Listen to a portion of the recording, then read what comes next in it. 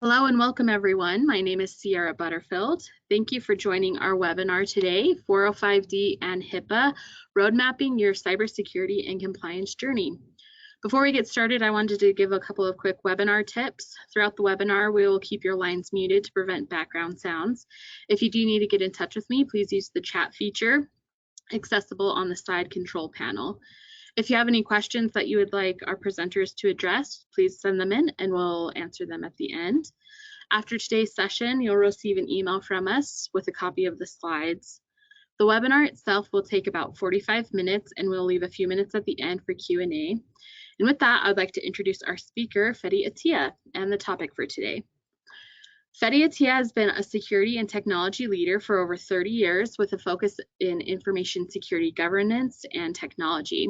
Adept at managing and mentoring cybersecurity and technology teams, Fedi is our Senior Director at Intraprise Health. He is recognized throughout the industry for his experience in communicating and advising executive leadership and board members, improving information security programs and security postures. So with that, I will turn it over to you, Fedi, to kick off our webinar today, 405D and HIPAA compliance. Thank you, Sierra. I appreciate it. Good morning or good afternoon, everyone, depending on your location today. As you noticed, though, we do have Vikas Khosla, who is my co-host. Unfortunately, he will not be able to be with us due to family emergency, so it'll just be myself this afternoon. So just a bit of information about Intraprise Health. We are one of the first HITRUST assessors recognized by HITRUST, as well as many other cybersecurity features and services that we provide within the industry for the past 20 plus years. We are both a services and a software company. We provide products and services, such as the HIPAA one that many may be familiar with or have utilized in the past, third-party risk management, IRM, the integrated risk management tool, as well as obviously NIST assessment platforms and the 405D assessment platforms.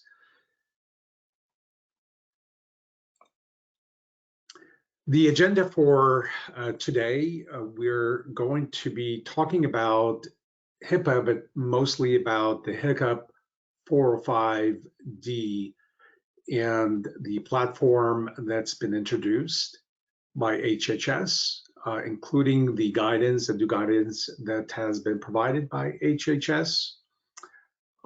We will also look at compliance mandates and frameworks that from HIPAA on through 405D and as well as NIST, essentially what HHS has been proposing for several years now, and truly understand how a journey in terms of your cybersecurity journey is incorporating HICP, as well as not only HIPAA, but also possibly NIST in the future as part of the roadmap that HHS is looking to cybersecurity organizations of healthcare to implement and proceed forward with.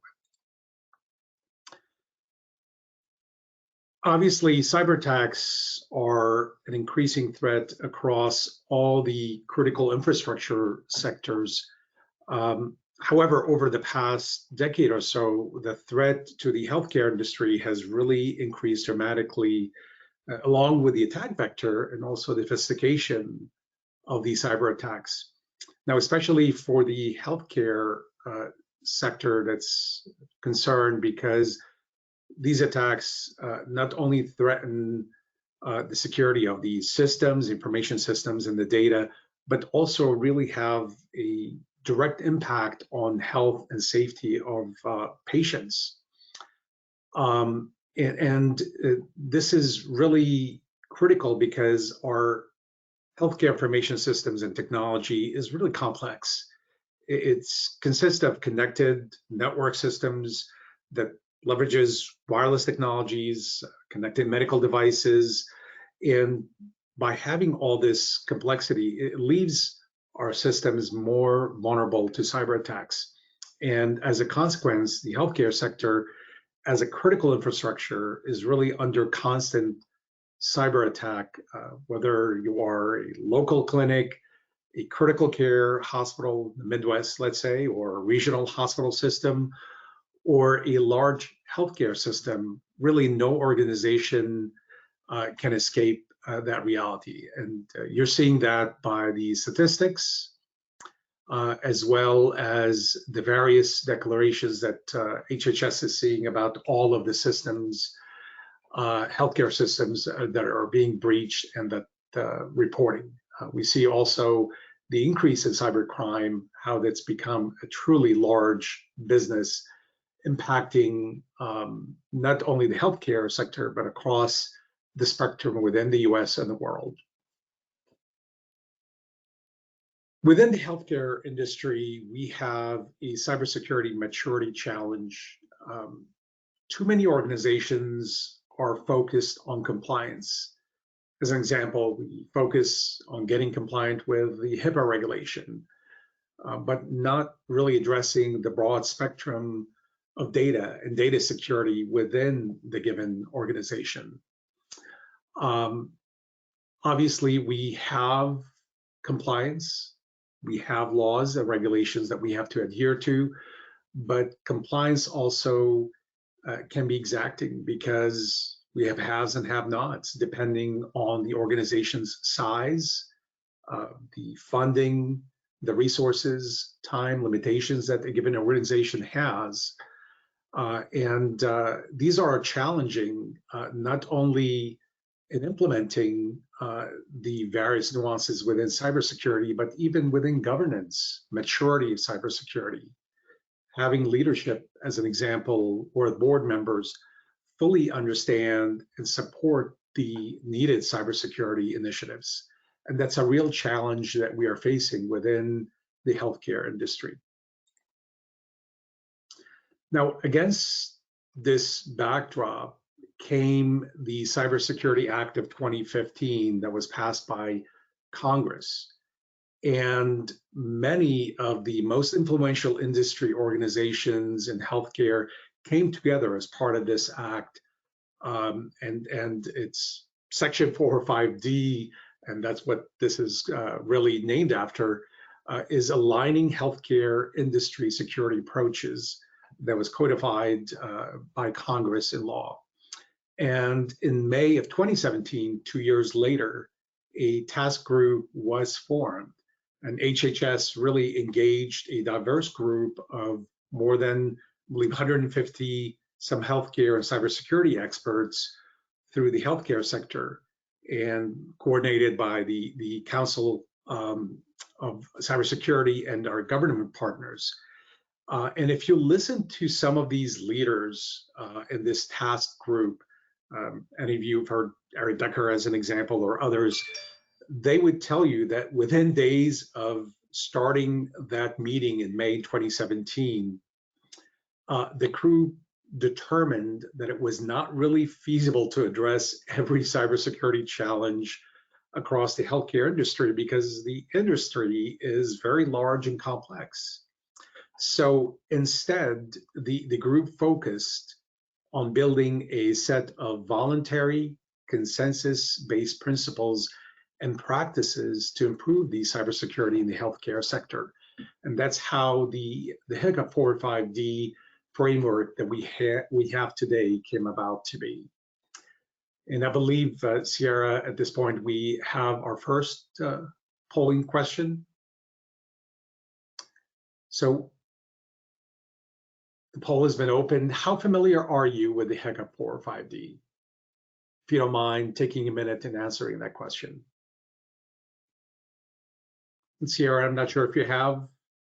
Yeah, so it looks like about a majority are somewhat familiar, 64%, and then 18% for completely unfamiliar and very familiar. So a majority looks like sits right in the middle. Awesome, very good. All right. So the way that this task group chose to build this consensus-based set of principles and practices is really to focus on the 5 most prevalent cybersecurity threats. And you can see them on the slide there. Email phishing, ransomware, loss or theft of equipment, insider threat or intentional data loss or accidental data loss for that matter. And then lastly, attacks against connected medical devices. The task force looked at these threats and as part of that, then built together 10 cybersecurity practices that really go along in improving the threats or improving the defenses against these threats. In essence, significantly moving the needle forward for a broad range of organizations within the healthcare sector to improve against these threats. Now, obviously, the 405D does not create new frameworks, does not rewrite specifications or requirements or reinvent the wheel.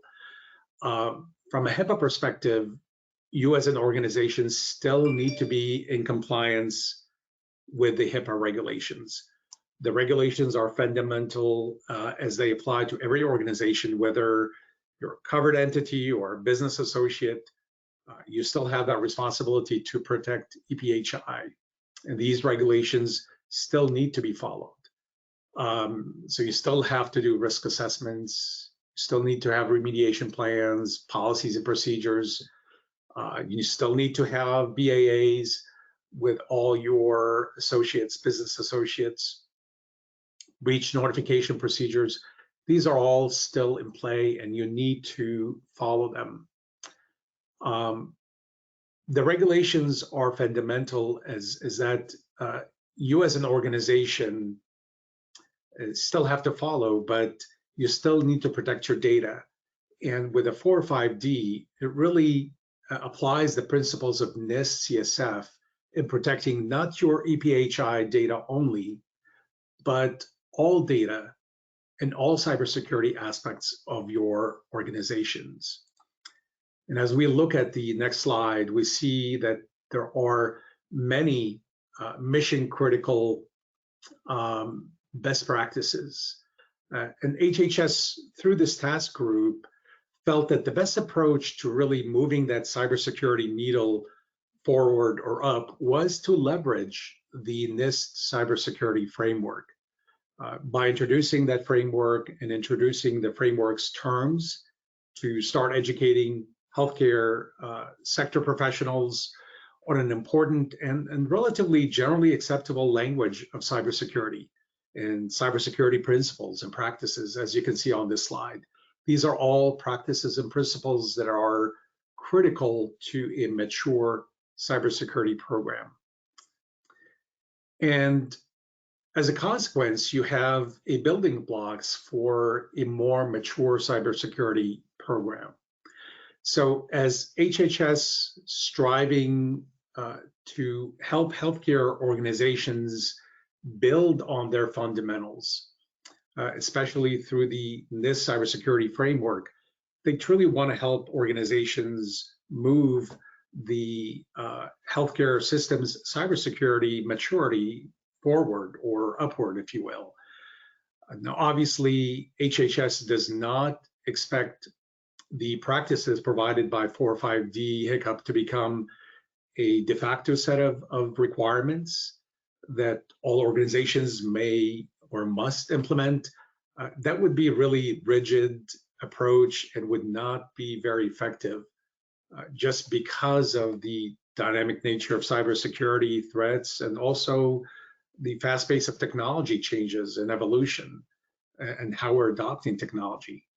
And HHS understands this and understands that cybersecurity is a constantly evolving field given all the vulnerabilities that are discovered daily and all the threats and threat vectors that are also evolving and the technology itself that is changing. So cybersecurity, including the 405D practices, need to be adopted as a program, something that is continuous. Whenever you mention a program, it's something that is evolving, continuous in nature, and you need to evaluate it on a continuous basis as part of your cybersecurity governance program. And that's how HHS is trying to frame not only 405D, but also hopefully the adoption of NIST CSF as well. So what are the capabilities of 405D? It really is meant as a framework that is geared for multiple audiences, clinicians, executives, and technical folks. And as mentioned earlier, consists of five largest threats that we are seeing in the industry, healthcare industry, as well as the 10 relevant practices that are applicable to these threats. And you apply them by means of organizing your entity. It's designed to the size of your organization, whether it be small, medium, or large. The organization, obviously through the regulatory treatment or better regulatory treatment through the 2021 amended HITECH Act, where that HITECH Act indicated that, or directed HHS to really give favorable treatment in case there is a breach for those organizations that have adopted a framework such as 405D or NIST CSF. So kind of trying to sweeten the deal, if you will, for organizations to really move forward and mature their cybersecurity program and look at other frameworks and go beyond compliance, go beyond HIPAA, and improve towards, again, 405D or NIST CSF. As indicated before, these are the threats, the 5 threats that are outlined by HHS. These are the threats that you as an organization have to evaluate and determine which of these threats are relevant to you, to your organizational personally. What are the threats to you that are relevant in your location, in the field that you're in, if you're small physicians groups or a business associate or large hospital healthcare system, if you will, different threats may be relevant in that sense. So as an initial, you have to look at the threats and understand which are critical to you and try to address those first. The practices that we've outlined initially, the 10 practices, you can see these here: email protection system, endpoint protection systems, access management, data protection and loss prevention, asset management, network management, vulnerability management, incident response, medical device security, and then cybersecurity policies and procedures.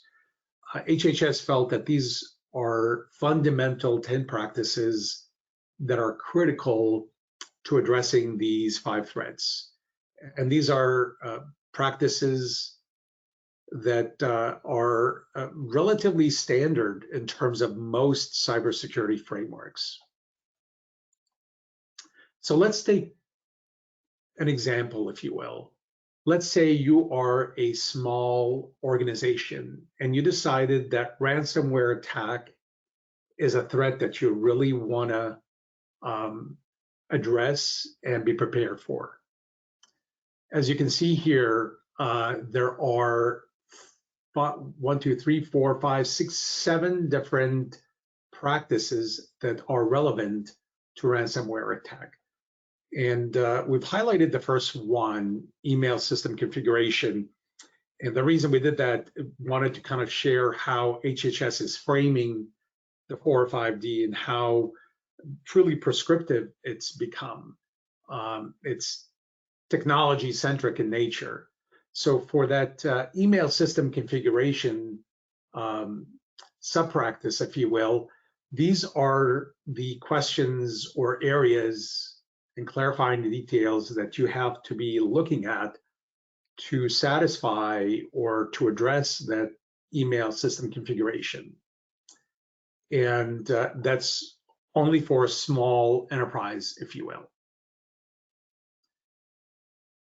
Take the same type of threat for a medium organization.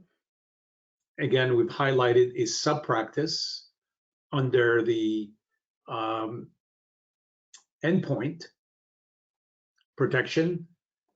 And I believe it should be email. My apologies, it's not endpoint, it should be email. But if you take the email protection, and these are the things that you need to look at from an email protection for a mid-size enterprise. And look at the controls on the left-hand side, real-time black hole list, removal of open relays, AD check, SPF, DChem, DMARC. These are all a lot of technical terms and functions that you have to enact within your email system. Don't allow the technical jargon to make this complex. You know, a lot of the technical folks within your organizations will understand this. But what we're trying to do here is to help you understand how the differences between small, medium, and even large can be relatively stark in that sense, that can be technically centric, and it does involve a lot of changes in both policies, procedures, and technology, tools, if you will, so that it allows you to truly implement and safeguard against these threats. So if your organization's applies the controls, practices, and sub-controls and practices that fit your organization's classification, whether you're small, medium, or large, as it pertains to these 5 threats, then you really are advancing your cybersecurity maturity, and your organization will be much protected. You know, are you going to be bulletproof? No one obviously guarantees that, but you absolutely will be better protected. And as a result of that, your organization also can utilize that HITECH Act. Again, in case something does happen, you do have favorable regulatory treatment in case you may have a breach, or if you do have a breach. If you are uncertain where to start, please go to the 405d.hhs.gov website. A lot of information is there, a lot of resources are available. Also complete the 405D scoping worksheet within that website, and I believe Sierra will include that worksheet as part of our artifacts that we will send out in an email. And lastly, engage an expert such as Intraprise Help that really specializes in assessing cybersecurity practices like HICPA 405D or another cybersecurity framework such as NIST-CSF to help you understand the gaps that you have and where you need to address these gaps. I think that is the end of the presentation, Sierra. At this point, Sierra, if you have any questions, folks, if you have any questions, if you can pose them at this point, we may be opening up the floor for you. Yeah, so it looks like we do have a couple that have come in. The first one is, do I still need to assess against HIPAA if I implement 405D? As indicated earlier, your responsibility with HIPAA is still there. You still have to implement HIPAA regulation because it's a compliance, it's a law, and it's a regulation that you have to follow. It is fundamental to your organization. Again, whether you're a covered entity or a business associate, you have to protect EPHI because of the regulation. The 405D and the focus of the 405D and the NIST-CSF is really to protect all data, not just EPHI, but all data and all cybersecurity aspects of your organization. Next question. Yeah, it looks like we have one more, and it is around implementing 405D. So do I have to implement all of the practices of 405D in order to be protected? Okay, good question. So always keep in mind that cybersecurity is a journey, right?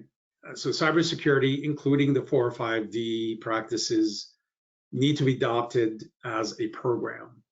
Again, something that is alive, continuous, and evaluated as part of your cybersecurity governance program. Now, as such, you also have the need to weigh other considerations, such as your budget. Part of your planning for your budgeting, you need to weigh staffing, resources, resource capabilities, implementation timelines. All of that has to be consideration or taken into consideration as you implement the 405D.